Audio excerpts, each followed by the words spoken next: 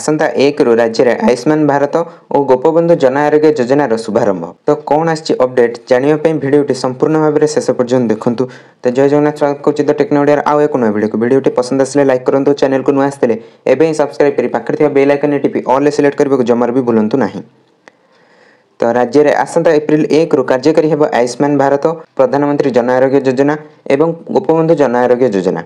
यह सह आयुष्मान वयोबंदना योजनार से दिन शुभारंभ हो। लोकसभा भवन में मुख्यमंत्री मोहन चरण माझी अध्यक्षतार अनुष्ठित एक बैठक में निष्पत्ति योजनार शुभारंभ पर राज्यर समस्त 1438 प्राथमिक स्वास्थ्य केन्द्र में कार्यक्रम अनुष्ठित हो। योजनार प्रचार और प्रसार पर व्यापक सचेतनता करा।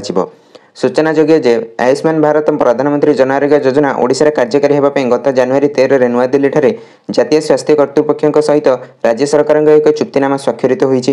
बैठकर तथ्य अनुसार उभय आयुष्मान भारत प्रधानमंत्री जन आरोग्य योजना और गोपबंधु जन आरोग्य योजना राज्य में 1 कोटी 3 लाख रु ऊर्ध्व परिवार उपकृत हेबे। व्यक्तिगत भाव 3.46 कोटी रु ऊर्ध्व लोक उपकृत हेबे। एही दुईटी योजना ओडिशा रे संयुक्त भाव में कार्यकारी कराजिबो। एही दुई योजना पई प्रत्येक हिताधिकारी को गोटिए कार्ड जोगाई दियाजिबो। वयोबंदना योजना रे हिताधिकारी माने अलग एक स्वतंत्र कार्ड पाइबे। आयुष्मान भारत प्रधानमंत्री जन आरोग्य योजना 67,80,000 रु अधिक परिवार उपकृत होगाकू थिबा बेले गोपबंधु जन आरोग्य योजना 35,84,000 रु अधिक परिवार उपकृत हेबे।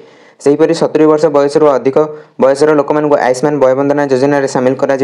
सूचना अनुसार 70 वर्ष ऊर्ध्व बयसर लोकों संख्या 23,12,979। तेबे एमानक मध्यरु 17 लाख आयुष्मान भारत प्रधानमंत्री जन आरोग्य योजना और गोपबंधु जन आरोग्य योजना सामिल थिबारु अधिक 6 लाख हिताधिकारी एही योजना रे जोड़ी हेबे।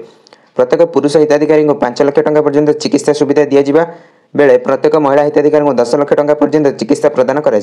गोटे परिवार में 70 वर्ष अधिक बयसर हिताधिकारी थिले परिवार प्रति चिकित्सा खर्च सर्वाधिक 15 लाख टंका हेबो। हिताधिकारी माने देशर 29,000 रु अधिक सरकारी और पंजीकृत बेसरकारी डाक्तखाना रे चिकित्सा सुविधा पाई परिबे। बैठक में स्वास्थ्य और परिवार कल्याण मंत्री मुकेश महालिंग, मुख्य शासन सचिव मनोज आहूजा, उन्नयन कमिशनर अनु गर्ग, सूचना और लोकसंपर्क विभाग प्रमुख शासन सचिव संजय कुमार सिंह, आईटी विभाग प्रमुख शासन सचिव विशाल देव, स्वास्थ्य विभाग शासन सचिव अश्वती एस एवं स्वास्थ्य विभाग वरिष्ठ अधिकारी उपस्थित थिले।